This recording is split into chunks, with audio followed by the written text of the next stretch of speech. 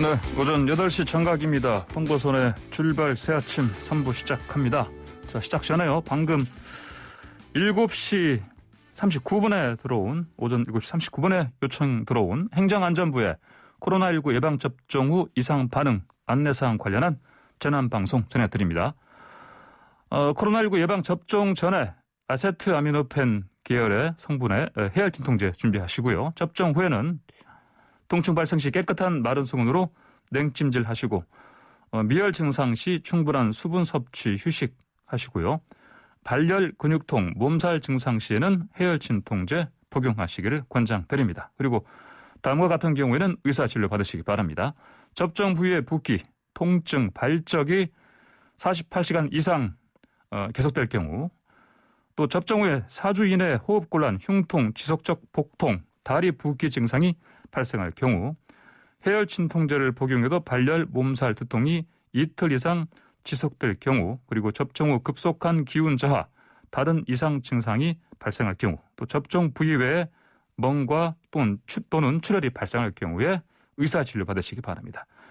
그리고 다음 같은 경우는 119에 신고하시거나 응급실 방문하시기 바랍니다. 접종 후 호흡곤란, 심한 현기증이 발생할 경우, 입술, 얼굴이 붓거나 온몸에 두드러기 증상이 발생할 경우, 접종 후에 갑자기 의식이 없거나 쓰러질 경우 응급실 방문하시기 바랍니다. 이상 코로나19 예방접종 대응 추진단에서 알려드렸습니다. 자, 이번에는요. 자, 청와대 국민청원 게시판에 여성도 징병 대상에 포함시켜달라. 이 청원 게시판에 20만이 벌써 넘게 동의를 했습니다. 그리고 일부 민주당 의원들은 군 가산점제 이게 폐지된 거 아닙니까? 다시 해야 된다. 이러면서 지금 논쟁이 일고 있습니다. 징병제를 모병제로 또 전환해야 한다. 이런 의견도 있고요. 자, 이 의제들 오늘 좀 집중해서 토론해 보겠습니다. 자, 두 분과 함께 하겠습니다. 신인균 자주국방 네트워크 대표 안녕하십니까? 네, 안녕하세요. 예, 그리고 황수영 참여연대 평화군축센터 팀장님 안녕하십니까? 네, 안녕하세요. 예, 안녕하십니까? 자, 사실 이 모병제 이슈가 대선 때마다 나오지 않았습니까? 일단은 두 분 이 모병제 자체에 대해서 먼저 찬성하시는 분부터 황수영 팀장님 찬성하시죠? 저는 모병제에 지금 당장 찬성하는 입장은 아니고요. 예, 어떤 의견이십니까? 예. 네, 모병제에 있어서는 장기적으로 신중하게 검토해야 할 부분이 많다라고 생각을 하고 있습니다. 예. 지금도 사실상 일부 모병제도를 시행하고 있는 상황인데 충원에 어려움을 겪고 있죠. 모병제의 경우에는 양극화가 심한 한국 사회에서 사회적이나 경제적 약자들이 군대에 가게 될 가능성이 높다는 점을 우려합니다. 그리고 그래요? 모병제를 도입한 국가들이 겪고 있는 대표적인 문제 중에 하나가 이런 부분이기도 하고요. 예. 더불어서 또 군사 영역의 많은 부분을 민영화해야 되는 문제인데 그것이 가져올 효과도 따져봐야 한다고 생각합니다. 예. 군대라는 것이 국가가 가진 가장 강력한 물리력이고 합법적으로 폭력을 행할 수 있는 조직입니다. 이런 군대의 문제를 어떤 소수의 관심사로 만들고 전문화하는 것이 옳은 일인가 이런 부분도 모병제 도입에 있어서 검토를 해봐야 될 부분이고요. 예. 군에 대한 민주적인 통제나 또 군에서 발생하는 여러 가지 문제에 대해서 사회적 논의나 개입을 모병제를 했을 때 어떻게 담보할 수 있을 것인가 장기적으로는 이런 고민들을 복합적으로 풀어야 할 문제라고 생각을 하고요. 예. 지금 모병제 도입이 필요하다고 말하는 이유가 이제 인구절벽이 많이 이야기가 되는데요. 지금 징병제로 가면 군대 갈 사람이 부족하다는 말이죠. 예. 저는 군대 갈 사람이 부족한 것이 아니라 한국군이 유지하고자 하는 병력의 규모가 우선 너무 많은 것이 지금 근본적인 문제라고 생각합니다. 한국군이 지금 한국전쟁 이후에 1950년대 말의 병력 수준을 60년 정도 유지를 해왔는데요. 그동안의 안보 환경이나 전투 환경이나 사회도 많이 변해왔고 또 문재인 정부 들어서 국방개혁 2.0을 하면서 내년까지 50만 명으로 줄여나가고 있는 상황인데 이 규모에서 저는 더 줄일 수 있다고 생각하고 병력 규모를 30만 명까지 복무기간도 12개월까지 당장 더 줄일 수 있다고 생각하고 있고요. 예. 지금 징병제 하에서 병력을 감축하고 복무기간을 획기적으로 줄이는 것이 당장 할 수 있고 해야 하는 일이라고 생각합니다. 모병제는 장기적으로 검토해야 될 부분들을 함께 논의하면서 풀어가야 할 문제라고 생각하고요. 예. 이제 중장기적으로 장기적으로 모병제를 도입은 하는 건 맞지만 그 전에 일단은 병력 규모부터 줄이는 게 순서다. 네, 이런 말씀이시네요. 네, 알겠습니다. 네. 자, 그러면 신인균 대표님께서는 네. 어떤 의견이십니까? 저는 모병제 반대입니다. 왜냐하면은 방금 그 팀장님께서는 병력을 많이 줄일 수 있는 이제 어떤 안보 환경이 됐다고 말씀하시는데 그 비전문가적인 측면에서 보면 우리 한국이 굉장히 많이 발전하고 한국군의 무기 체계가 많이 발전했기 때문에 그럴 수 있다라고 생각하지만 약간만 생각해봐도 북한에게 주어진 조건과 우리 한국군에게 주어진 전쟁의 승리 조건이 달라요. 우리는 일단 160km를 전진해서 평양을 점령해야만이 전쟁을 승리할 수 있다라는 그 선에 가는 것이고 북한은 40km만 전진해서 서울 북쪽까지만 오면 전쟁을 이길 수 있어요. 그렇기 때문에 우리는 그 40km를 밀리지 않기 위해서 일정 부분의 병력을 가져야 된다라는 것은 아무리 첨단 무기 체계가 많이 있다고 해도 어쩔 수 없고요. 그런 차원에서 모병제는 그 인구가 1억 2,600만인 일본 같은 경우도 그 자위대의 정원이 26만 명이거든요. 그런데 해마다 26만 명을 못 채워요. 그래서 지금 한 24만 명 선밖에 유지를 못하고 자위대원의 초봉이 한 35만 명 정도 됩니다. 우리 돈으로 한 400만 원 되죠. 그래도 못 모아요. 그런데 우리나라는 인구 5,200만, 일본보다 41%죠. 그런데 우리가 아까 팀장님 말씀하신 것처럼 한 30만 명을 어떻게 모병으로 할 수 있을 것인가. 일본보다 인구가 40%인데. 그래서 안보 환경이 즉 통일이 되지 않는 이상 모병제는 아직은 시기상조다라는 생각합니다. 예, 알겠습니다. 자, 제가 아까 서두에서 잠깐 말씀드렸는데 지금 청와대 국민청원 게시판에요. 여성도 징병 대상에 포함시켜달라. 여기 보니까 20만이 넘었습니다 보니까. 그럼 이건 정부에서 공식 답변을 해줘야 되는 건데. 신 대표님, 여성 징집제는 어떻게 보십니까? 저는 그 박용진 의원의 정치혁명이라는 책에서부터 촉발된 이 논란이 굉장히 그 사회적으로 좀 시의적절하게 긍정적인 어떤 그 화두를 던졌다라고 생각을 해요. 왜냐하면 이 여성의 징병 문제에 있어서 계속 이제 남성 커뮤니티, 여성 커뮤니티 이런 곳에서 계속 논란들은 되어 왔었어요. 그리고 노르웨이 같은 경우도 그 여성들이 스스로 우리도 징병해달라라고 소원을 해서 여성 징병제를 도입을 했고 스웨덴도 그렇게 지금 하려는 움직임이 있어요. 우리도 이제 남녀 평등 시대가 뭐 거의 못 되었고 어떤 면에 있어서는 여성이 더 우월적인 혜택을 받는다라는 평가도 남성 일부에서 나오고 있어요. 그런 차원에서 여성은 뭐 체력이 적으니까 그 취약하니까 군대하고는 안 맞다라고 하기에는 요즘 군대에서 여성이 또 더 잘할 수 있는 분야들이 많습니다. 예를 들어서 이번에 뭐 22사단 쪽에서 경계가 뚫렸는데 그 경계를 잘 설 수 있는 그 CCTV를 보는 분야라든지 정훈 또는 행정, 정보 이런 곳에 여성들이 잘할 수 있는 것이 많거든요. 군대가 50만 명이라고 해서 산끝에서 전투를 하는 전투원이 50만 명은 아닙니다. 군대의 숫자 중에서 주로 전투원은 한 반 정도 됩니다. 나머지 반은 지원, 행정 이런 업무를 하기 때문에 여성들이 봉사할 수 있는 그 국가에 봉사할 수 있는 영역이 많이 있어서 여성들도 같이 참여하는 것이 좋다 그렇게 봅니다. 네, 그렇군요. 알겠습니다. 황수영 팀장님 어떤 의견이십니까? 네. 앞서서 또 병력 규모에 대해서 이야기를 해주셨는데요. 저는 여전히 지금 이제 병력 규모를 줄일 때이지 모두가 군대는 갈 때는 아니라고 생각합니다. 그리고 저희가 이제 한국군이 대규모 병력을 유지하고 있는 이유인 유사시 이제 북한 안정화 작전 같은 경우, 북한 점령 같은 경우도 국제법적으로도 논란이 있을 뿐만 아니라 현실적이지도 않고 공격적인 계획이라고 생각하고 이제 군사전략 차원에서 또 논의가 필요한 부분이라고 생각합니다. 더불어서 그런 전제 하에서 여성 징병제의 경우에도 저는 지금 규모를 줄일 때라는 측면에서 반대하는 입장이고요. 여성 징병에도 다양한 형태가 있을 수 수 있을 것입니다. 또 앞서 말씀하신 청와대 청원의 경우 여성 징병이 필요하다라고 주장한 이유가 우리 군이 병력 보충에 차질을 겪고 있다. 무리하게 징집률을 높이고 있다라는 것인데 맞는 이야기입니다. 인구 절벽 문제가 현실화되어 있고 판정률을 높이는 것도 무리한 일입니다. 근데 저는 앞서 말씀드렸듯이 병력 수요가 부족하냐 그 전제부터 다르게 생각하고 있고요.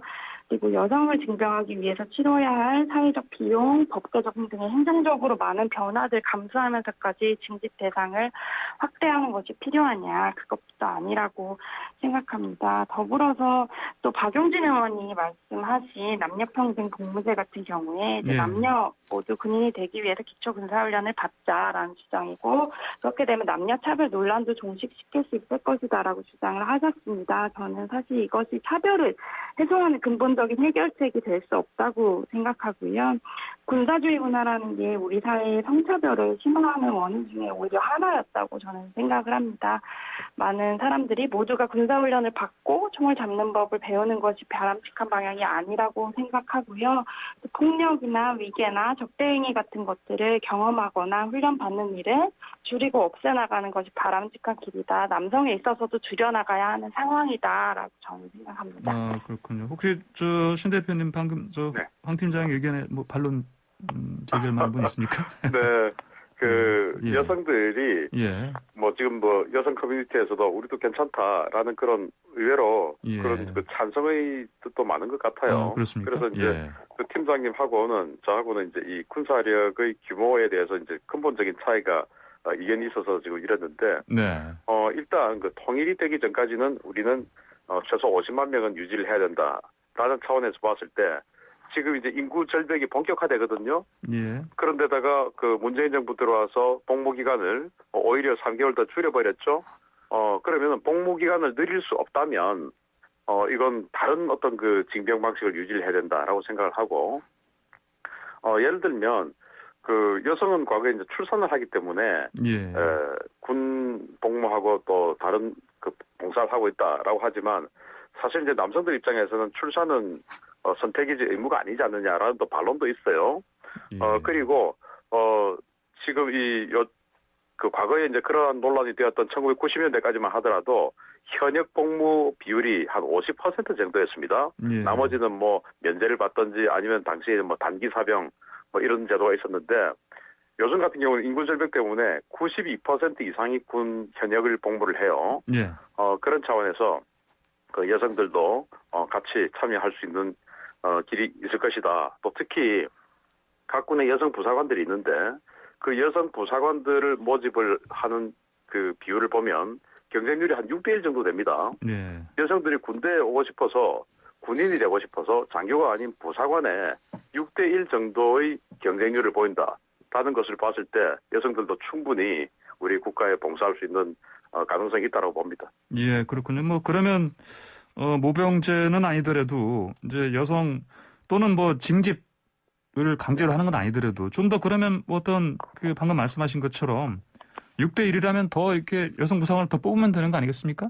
어떻게 보십니까? 그게 여성은 그 군 부사관을 6대1을 지원하면서 사병, 병사는 하지 않겠다. 이제 말이 안 맞는 말이죠.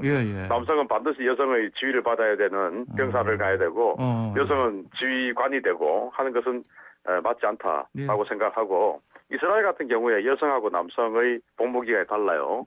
이스라엘 이제 남성은 32개월, 여성은 24개월, 뭐 병가 따라 좀 차이도 있지만 주로 그래요. 그리고 여성은 전투원에 보내지 않습니다. 그리고 예비군은 똑같이 받거든요. 그리고 이제 박용진 의원의 정치혁명에 보면 정예 예비군 제도라고 되어 있는데 그 정예 예비군 하려면 지금처럼 예비군 훈련 뭐 2박 3일 동원하고 비디오 뭐 교육 훈련, 실내 훈련 하루 하고 뭐 이렇게 해서는 안 되죠. 정말로 이스라엘처럼 1년에 30일 이상의 예비군 훈련을 해야 되는데 이스라엘 경우에 여성이 출산을 하게 되면 예비군 자체를 제대를 시켜줘요. 면제를 해주죠. 우리도 뭐 그런 방법. 그리고 또 여성은 선택적으로 현역 복무를 남성과 같이 18개월 할 수도 있고 12개월 할 수도 있고 남성은 18개월 복무를 하죠. 그렇지만 여성은 현역 한 12개월 차등적으로 복무를 하게 선택을 할 수 있고 그게 안 된다면 18개월 남성과 똑같이 사회 대체 복무를 한다든지 해서 우리나라에 지금 뭐 여러 가지 복지 정책이 확대되면서 일손이 필요한 것이 굉장히 많죠. 이런 곳에서 일정 기간 남성과 똑같은 그 기간 동안 복무를 하면서 그 사회에 기여할 수 있는 그런 길을 여성들에게 열어주는 게 맞다고 생각합니다. 예, 알겠습니다. 황수연 팀장 의견 있으십니까? 방금 들으신 것 같은 네.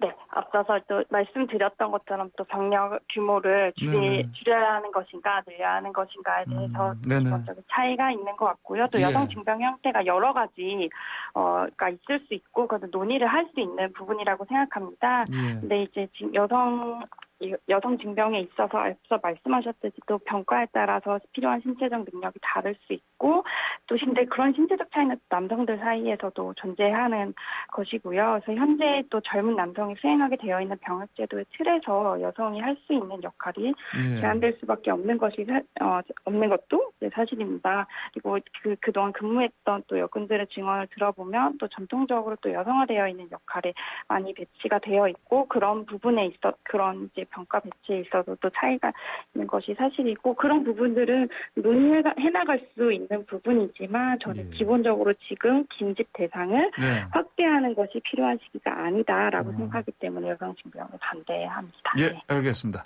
네, 황보선의 출발새 아침 지금 모병제, 여성 징집제, 군 가산점제, 부활 관련해서 토론 진행하고 있습니다. 유튜브에서 YTN 라디오 검색하시면 보이는 라디오 함께할 수 있고요. 방송 중에 의견 주실 분들은 휴대전화, 문자 메시지로요. 샵 0945번 50원 유료 문자 보내주시기 바랍니다. 자, 다음으로요. 지금 민주당에서 몇몇 의원이 그 군 가산점제 이거 다시 부활시켜야 되는 거 아니냐 이런 의견을 내고 있습니다. 이거 좀 어떻게 보십니까? 먼저 이거는 황수연 팀장께서 좀 의견을 주십시오. 네, 사실 군가산점 제도가 군대를 다녀온 사람 모두에게 적용이 되는 것이 아니라 기본적으로 공무원 채용에 응시한 또 소수의 한해 혜택을 볼 수 있는 제도였는데요.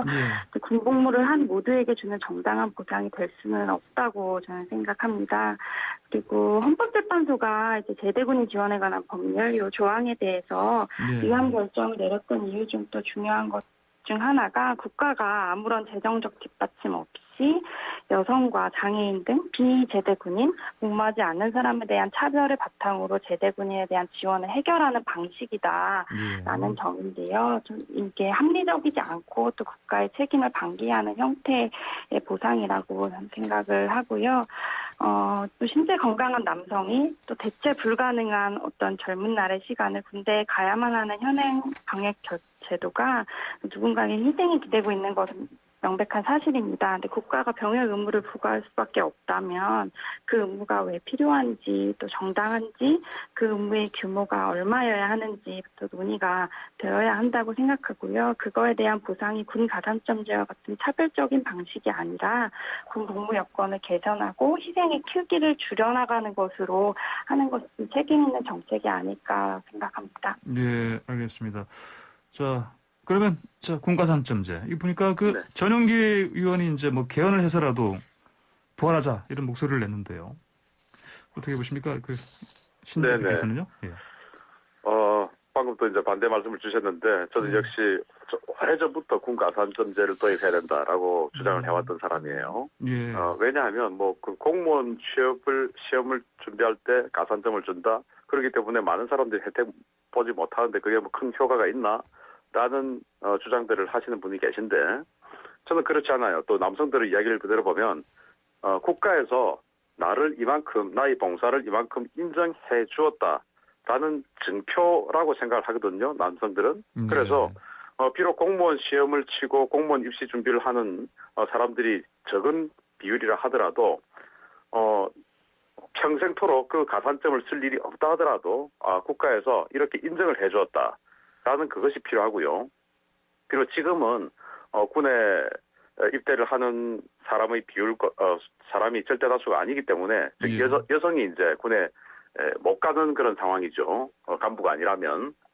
그래서 차별적인 요소가 있는데 이 여성 징병제와 병합을 한다면 이것은 차별적 요소가 상당 부분 많이 해소될 수 있을 것이다. 다 가니까.